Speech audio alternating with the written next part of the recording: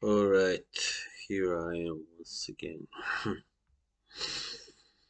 Yeah, I wanted to talk about this stuff. I've been thinking a lot about things, everything that is happening right now uh, in Ukraine and, yeah, that whole area. You might say it's just a consequence of what happened in the early 90s in the whole Eastern Europe and the whole former communist countries, of course. When the wall came down, it should have been just a positive thing, but it wasn't really, because it led to certain really bad things. It led to, first and foremost, the war in my own former country, homeland, the Yugoslavia, of course. And yeah, I mean that was directly a result of the whole situation because suddenly you know there was another option for these countries. I mean these federal states that were always kind of more westward. They were focused more westward than eastward. Slovenia, Croatia, and Slovenia, right? Yeah, they were. All right. And that has also its own historical reasons for it. I'm not gonna go, there right now. That would be too much to talk about. Then this would be like half-hour video probably. But anyway, yeah. I mean, the whole process of making all these Eastern countries, former East Bloc especially, because Yugoslavia was never part of that, right? So that you know, or you can say we are not in that whole mess when it comes to that. But anyway, but we still are, right? Because we got also countries like Croatia, Slovenia, Montenegro who are now members of the NATO and the EU, and yeah, I mean, especially Montenegro was never really oh, that much oriented towards the West. But anyway, uh, what I wanted to say is that the whole process of trying to make all these countries as Western as possible has led to this actually that we are seeing today. Yeah, of course, I'm nowhere trying to, you know, put the blame, too much blame on the Western part. But that's what happens, when so many countries join the NATO, Poland, Czech Republic, Hungary, Romania, Bulgaria, all those countries. Now Ukraine wanted to join, and let's see what happened. Of course, see what happened. Of course, Russia was never satisfied with this. I remember even back in the 90s, the mid 90s, I was watching this on TV when Clinton and Yeltsin were, having their talks, and like Yeltsin was saying, like this would be a really, really big mistake if United States tried to, you know, uh, make all these former East Bloc countries, turn them into NATO pro-American countries. And that's what happened, really. Was it right? Well, if you ask me, no. No, not really. But that's my personal opinion. I think they expected too much, They were all, oh yeah, now I'm gonna be rich like them guys in the West. Now we are in the EU and the NATO now. Everything, all our problems are solved, right? No, no, it doesn't go that way. Simply, I mean, to be frank, these countries are being used more than anything, more than you know, they are being used actually. They did gain certain privileges because, but it's not enough, right? It's not enough. When you got countries that are still not completely recovered economically, like especially Romania, Bulgaria, and they probably never will, you know. It's just the way it goes. I mean, those two were really like, I dare say, really ruined by the whole, communism and East Bloc stuff. Yeah, they were. I mean, first of all, they suffered after the Ottomans came, the same as my country. They suffered because the Industrial Revolution didn't get there. All right, I might as well go that far back. All right, that was an important factor because the Ottomans didn't believe in this industrial revolution. They didn't want to develop. They didn't want to change. So as a result, all the areas that they controlled suffered. They were left undeveloped, and then as a result, that whole industrial revolution process that came to the Western Europe in the late 18th century didn't get to many of these countries, including my own, until the late 19th country, not century. I mean, like 100 years after it was already, it had been introduced to the Western countries. Yeah, so that's why, that is the main reason, nothing else why Eastern Europe lagged behind Western Europe and is still behind. I mean, most of it is really still behind, and probably always will be because to have 100 years,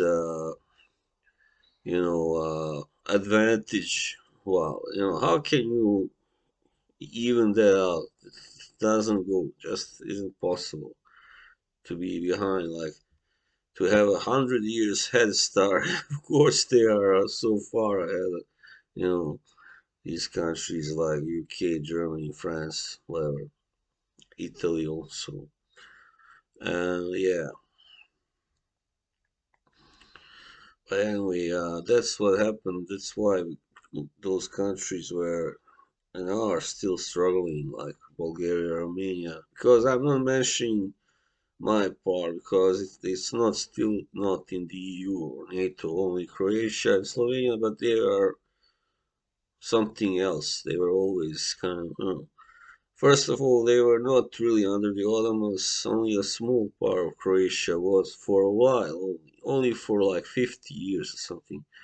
And second of all, you know, they were like rather developed, because they were under the Austria-Hungary and all that, the Habsburg Empire, both countries. So they did benefit from the whole Industrial Revolution also. Even though maybe they were not quite as developed, of course, as the Western countries, but still more developed than the rest of former Yugoslavia and the Balkans, especially. But anyway, I'm digressing to return to my original point,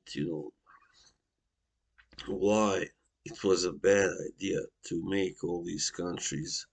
I hate it. I hate it because, alright, you can have Poland and Czech Republic, alright, and Slovakia. I mean, I don't know about Slovakia. Are they? I'm not sure if they are a member, but anyway, probably, yeah, probably. But because they always were like, more Western anyway than the rest of these countries, and you know, they were pretty developed also. The most developed probably of all Eastern European countries, both industrially, economically. That's true. That's true. So you can have them, it's alright. But when you start to expand southwards, that's a big mistake. Come on, and they took in like Bulgaria for crying out loud, and Romania before Croatia even into the EU. What's that? That's kind of pretty ridiculous. They got if you compare the BNP of Croatia and Bulgaria and Romania, it can't be compared. Really, come on, it's really ridiculous. But they were. I don't know really why that happened. Why they took them so long to take in Croatia. There were a few things about the war, certain war crimes and all that stuff going on. Yeah, so that kind of slowed down their process definitely. But yeah, back to the wall. When the wall came down, it meant the end, the death for all the socialist or communist countries. That didn't really matter. And Yugoslavia was not really communist, but more socialist. But we still had the one party system. Only one party was allowed. But the problem is when you try to introduce democracy in the Western system down there, it failed really badly. Just open for crooks to take over. And it's pretty much the same. I mean, yeah, I mean, at least the southern half of Eastern Europe, because Romania is not entirely in the Balkans, so I'm not going to say that just the Balkans, right? But anyway, yeah, that's really kind of backfired badly, that whole plan. And I mean, it led to two so-called civil wars in my country, of course, and Croatia. And because, suddenly there were these people who were never quite sure. I mean, USA and Western Europe were saying, to Croatians and even perhaps the Muslims in Bosnia, you should succeed from Yugoslavia also. And that was a big mistake with Bosnia. It never should have actually succeeded from Yugoslavia, because it also had been guaranteed sovereignty, as a country, but it only had to remain under, the, how to say it, as a part of Yugoslavia. So there would be no war, really, no war. So I'm afraid that President Zelensky also has made a fatal error in trying to like get Ukraine into the NATO and you know showing the middle finger to Putin. And yeah, so now many people are paying for that mistake. I don't know really much about him. I don't know much about Zelensky. I actually think he looks pretty, you know, positive. But I don't know really. You can never know. He looks sympathetic, like a young man, like nice young man. And of course, you know that Putin is fucking, batshit crazy now. And he's just a fucking, tyrant who wishes to dominate. Because it's clear now, more than ever, that his secret wish all along was to dominate as much of Eastern Europe as possible. That's why he had, you know, initially promised Serbia and these countries, Romania, maybe that there would be a southern gas line pipeline. You know, the infamous southern flow, as they call it in Serbia and those countries. But that didn't happen, of course. That didn't materialize. So when somebody it really kind of bothers me not talking. So, but anyway, um, he was like trying because he knew this he could get Serbia, under his wing, and he did, and but it was a great disappointment for him when he was unable to get uh, Ukraine now. Anyway, because earlier he had what pretty much was his own man, his presidents of choice ruling over there.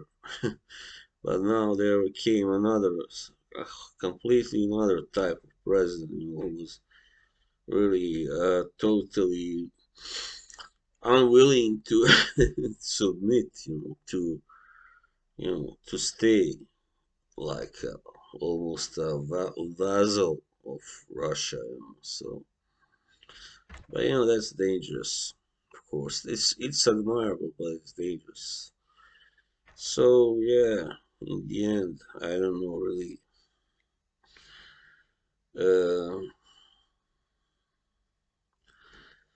yeah, it's the tragedy of that whole Eastern Europe, and especially Ukraine and all these countries. Yeah, it's a Slavic thing, really. It's a really tragic thing because people of basically almost the same kind of nationality or ethnicity are killing each other. But it seems to be the fate of the Slavic people, sadly. Yeah. So anyway, it's all started. Sorry, with this, as I said, more or less forcefully making so much of Eastern Europe, turning them more pro-Western, and getting them into that alliance you call NATO and the EU alliance. And of course, Russia would never allow that to happen with a country that was so close, both geographically and culturally and ethnically, in every way. You know, that is Ukraine. Of course, they will not allow it.